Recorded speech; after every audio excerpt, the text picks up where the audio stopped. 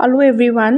Actually the halo alkane का जो part 1 था उसकी मैंने आपके लिए एक वीडियो बनाई थी जो कि 1 घंटे की थी, बट वो अपलोड नहीं हो रही है, यूट्यूब पे अपलोड नहीं हो पा रही है।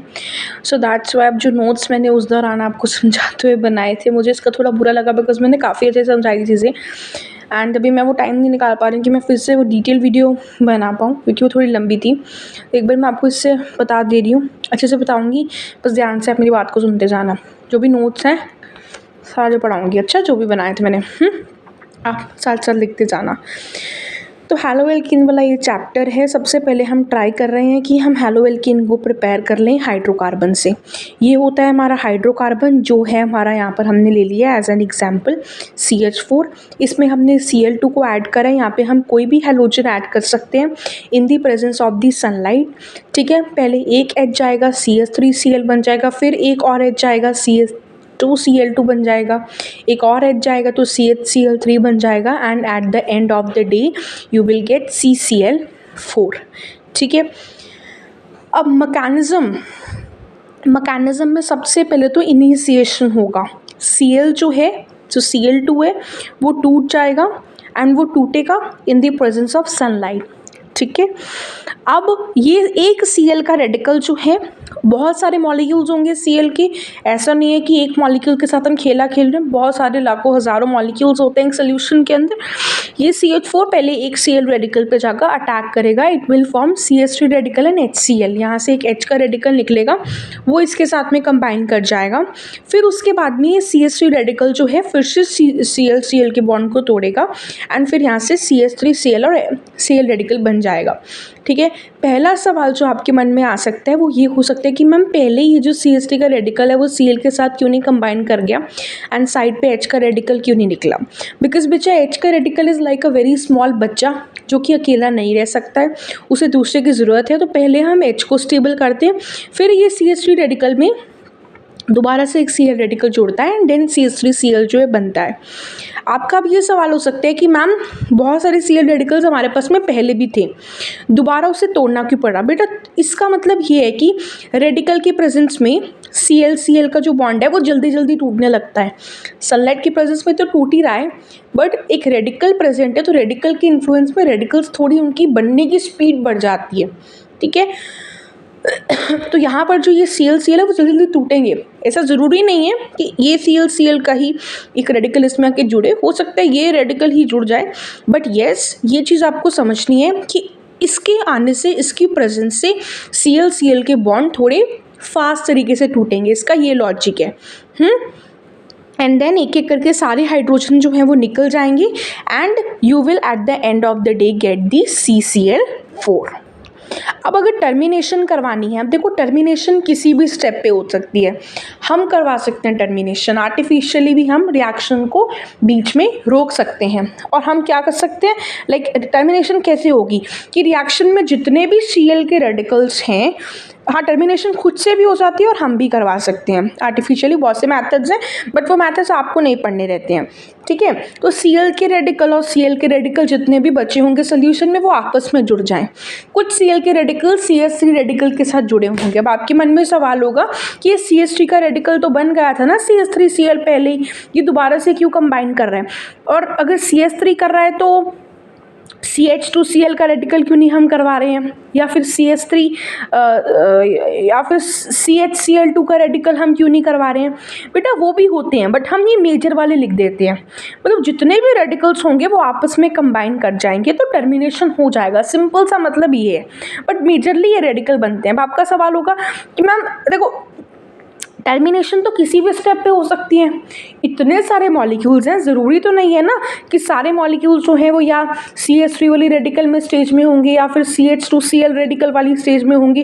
क्या ऐसा ज़रूरी है? मुझे तो नहीं लगता ज़रूरी है, बिल्कुल भी ज़रूरी नहीं है स्टूडेंट्स, बिल्कुल भी ज़रूरी नहीं है।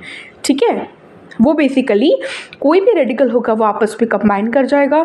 कुछ मॉलिक्यूल्स ऐसे होंगे जो CH2Cl वाली स्टेज तक ही पहुंचे होंगे, वो वहीं पर ही एक Cl लेकर शांत हो जाएंगे। लाइक अगर CH2Cl वाला रेडिकल Cl के रेडिकल के साथ में कंबाइन करेगा तो that will lead to formation of CH2Cl2, but ऐसा बहुत कम होता है। Usually it's either CH3 radical right, या तो CH3 रेडिकल Cl रेडिकल के साथ कंबाइन कर जाते हैं, या CH3 रेडिकल CH3 के रेडिकल के साथ में कंबाइन कर जाते हैं, बट सबसे ज़्यादा कौन से रेडिकल्स होते हैं हमारे पास में? Cl के रेडिकल्स।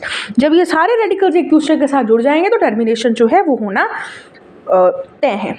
ठीक है, अब हम देख रहे हैं एल्कोहल की preparation from alcohol, sorry hello alkene की प्रेपरेशन फ्रॉम एल्कोहल।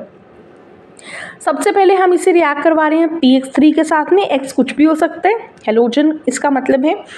यहाँ पर होता क्या है, ROH है हमारे पास में, सो यस यहाँ पर आप क्या देख सकते हैं कि ये R जो है वो X के साथ कंबाइन करके 3RX बना रहे हैं, एंड यहाँ पे POS3 हो रहा है। ठीक है, यहाँ पे हमने 3RX लिए, it's just balancing, but actually में यू हैव टू अंडरस्टैंड, आप इसे S3PO3 भी लिख सकते हैं एंड POS3 भी जो है आप इसे लिख सकते हैं। दूसरा मेथड हमारे पास में ये है कि हम PX5 के साथ रिएक्शन करवा दें। अब यहाँ पे हम क्या करते हैं, मैंने आपको ऐसे याद करवाना है कि यहाँ पर X इतने ज़्यादा है, यहाँ पर देखो X सिर्फ R के साथ जुड़ रहा था, कहते हैं नहीं अब मैं सबके साथ जुड़ूंगा, तो ये H के साथ भी जुड़ता है, ये P के साथ भी जुड़ता है, बट P के साथ एक O भी आ जाता है, O के साथ OX3 का भी कंपाउंड सुना तुमने? नहीं सुना ना, तो वो बनेगा भी नहीं। तो P कहता है O कहता है चलो मैं P के साथ ही आ जाता हूँ, ऐसे याद रखो। RX तो बनना ही था, HX तो बनना ही था, बिकॉज HX तो हमें दिखता है ना, बहुत कॉमन है, HCl जैसे हो गया, HBr हो गया, तो बड़े कॉमन से तो बनना ही था। बट कन्फ्यूजन थी कि फिर PX3 बना दे क्या, कहते नहीं यार PX3 नहीं, ऑक्सीजन रहता है, या चलो फिर ऑक्सीजन को मेरे अंदर घुसा दो। POX3 RX HX दोनों में मैकेनिज्म्स कैसे लगते हैं? SN2 और SN2 ही लगते हैं।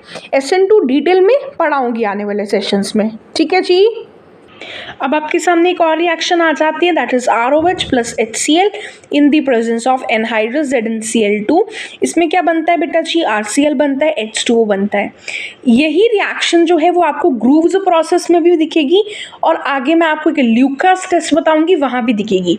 ल्यूकास टेस्ट में भी सेम रिएक्शन होती है एंड ग्रूव्स प्रोसेस में भी सेम रिएक्शन होती है, बट दोनों प्रोसेस में, दोनों जगह पर ग्रूव्स प्रोसेस में और ल्यूकास टेस्ट में पर्पस अलग अलग होता है। मतलब ग्रूव्स प्रोसेस में हम RCl को बनाना चाह रहे हैं फ्रॉम एल्कोहल, वी वांट, हम ग्रूव्स प्रोसेस तब बोलते हैं जब हम एक एल्कोहल से एक हेलोएल्केन बनाने की कोशिश कर रहे हैं with HCl in the presence of anhydrous ZnCl2। हम इसे ल्यूकास टेस्ट तब बोलेंगे जब हम ये टेस्ट करने के लिए रिएक्शन करवा रहे हो कि ये एल्कोहल प्राइमरी है, सेकेंडरी है या टर्शरी है। रिएक्शन सेम है, पर्पस अलग है। अच्छे से समझ में आएगा जब आप आगे बढ़ेंगे, है ना, जब मैं आपको ल्यूकास टेस्ट करवाऊंगी। As of now you focus here. ये वाली एक रिएक्शन है जो SN1 है, यूजुअली आपको हर जगह पर SN2 दिखेगा, बट ये वाली रिएक्शन का मैकेनिज्म जो है वो SN1 है।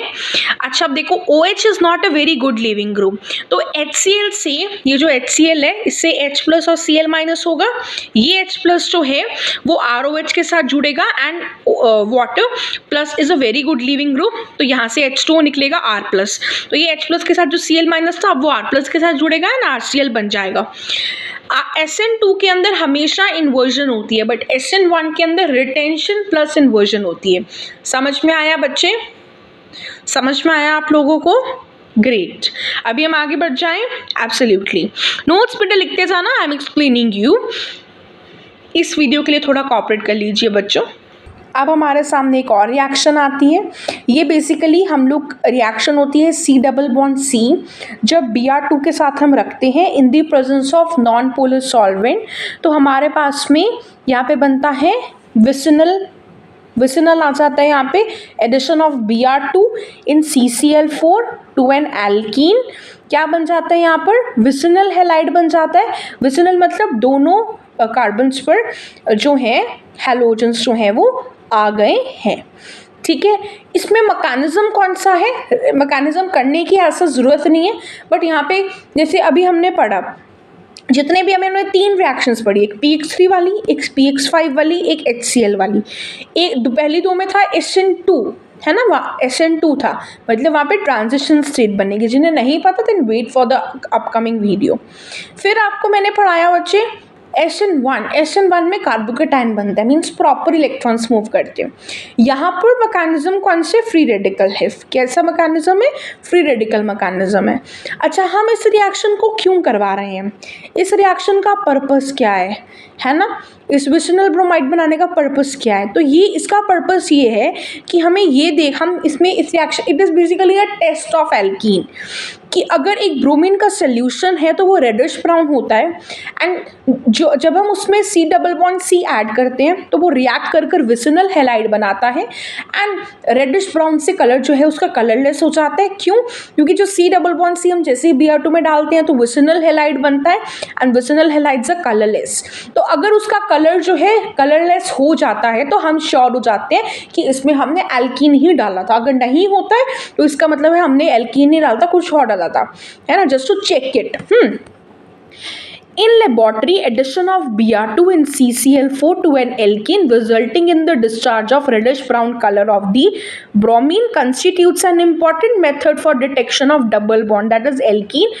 The addition of Br2, which is a reddish brown in color, results in the formation of vicinal dibromides which are colorless, right?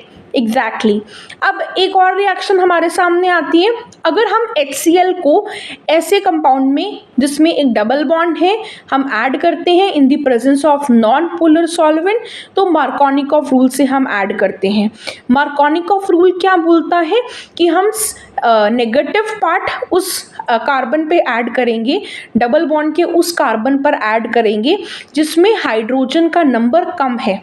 ठीक है जी, जैसे कि अगर आप यहाँ देखते हैं तो यहाँ पर इस डबल बॉन्ड का एक ये कार्बन है, एक ये कार्बन है, किसके पास में हाइड्रोजन कम है, इसके पास में है, तो नेगेटिव पार्ट यहाँ पर आएगा एंड पॉजिटिव पार्ट यहाँ पर आएगा, और इसका पॉजिटिव पार्ट कौन से, H+ से। तो मार्कोनिकॉफ रूल का मतलब ये होता है। बट जब भी मार्कोनिकॉफ रूल लगता है तो यूजुअली वहाँ पर रीअरेंजमेंट होती है। रीअरेंजमेंट कब होती है, जब मैकेनिज्म में कहीं पर कार्बोकेटाइन बन रहा होता है। तो आपका मैकेनिज्म भी जो है वो आना चाहिए। तो चलिए आगे बढ़ते हैं, इसको आप स्क्रीनशॉट ले सकते हैं एक्चुअली। अब इसका मैकेनिज्म कैसे बच्चे, इलेक्ट्रोफिलिक एडिशन रिएक्शन है, क्योंकि यहाँ पे इलेक्ट्रोफाइल ऐड हो रहा है। तो मैम न्यूक्लियोफाइल भी तो हो रहा है, nucleophile is basically positively charged, sorry negatively charged, and electrophile is positively charged, right. तो मैम यहाँ पे देखो इलेक्ट्रोफिलिक क्यों बोल रहे हैं, न्यूक्लियोफिलिक बोल दो ना, बट जो स्लोएस्ट स्टेप में ऐड होता है ना वो होता है। स्लोएस्ट स्टेप कहते हैं वो हमें नहीं उतना जानना है, but yes you have to understand कि इलेक्ट्रोफिलिक एडिशन रिएक्शन है, ठीक है। तो यहाँ पर होता है कि पहले ये बॉन्ड टूटता है, एक पे प्लस आ जाता है, एक माइनस आ जाता है। प्लस यहाँ पे स्टेबल फील करेगा या यहाँ पे करेगा, डेफिनेटली यहाँ पे करेगा। You know it from the chapter GOC पढ़कर यहाँ पे आना होता है, ठीक है। HCl ऐड किया है, HCl से बनेगा H+ और Cl-। H+ कहाँ पे चला जाएगा, नेगेटिव वाले पार्ट पे, एंड Cl कहाँ चला जाएगा, पॉजिटिव वाले पार्ट पे, ठीक है। तो ये हमारे पास में कंपाउंड जो है वो आ जाएगा। अगर हम वही यहाँ पर HCl की जगह HBr लिख दें तो नॉन पोलर सॉल्वेंट की प्रेजेंस के अंदर क्या होगा बच्चे, फिर से इस कार्बन पर Br आ जाएगा एंड यहाँ पर हाइड्रोजन आ जाएगा। Same mechanism, same reaction, same type of product, difference is Cl की जगह Br आ गया। अगर देखो ये स्पेसिफिक है, यहाँ पर HBr अगर हम ले लेते हैं H2O2 की प्रेजेंस में, दैट इज पेरोक्साइड, HCl नहीं, ओनली HBr। मैकेनिज्म नहीं पढ़ना है एज ऑफ नाउ, तो नहीं पढ़ना है, हाइड्रोकार्बन में पढ़ाते हैं, हेलोएल्कीन में नहीं पढ़ाते, तो एक बार इसको ऐसे याद रखिएगा 12th के लिए, ठीक है। CH3 यहाँ पे हमारे पास में C+C है। जब हम यहाँ पे HBr ऐड करते हैं in the presence of peroxide, ध्यान रखिएगा, अगर नॉन पोलर है तो मार्कोनिकॉफ रूल, और अगर पेरोक्साइड है only with Br not with Cl, तो यहाँ पर क्या हो जाएगा, एंटी मार्कोनिकॉफ रूल। इसमें क्या होता है, नेगेटिव पार्ट उस कार्बन पर जाता है जहाँ पर हाइड्रोजन ज़्यादा है, मतलब अब यहाँ पर जाएगा नेगेटिव पार्ट, यहाँ पे जा रहा था ना, यहाँ पे आ जाएगा, और यहाँ पे रीअरेंजमेंट भी नहीं होता है, नो रीअरेंजमेंट, इसलिए मैकेनिज्म पढ़ना भी ज़रूरी नहीं है। और रीअरेंजमेंट क्यों नहीं हो रहा है, क्योंकि यहाँ पर कार्बोकेटाइन नहीं बन रहा है, समझ आया। इसका स्क्रीनशॉट लीजिए बच्चों, जिनको नोट डाउन करना है वो नोट डाउन कर लीजिए।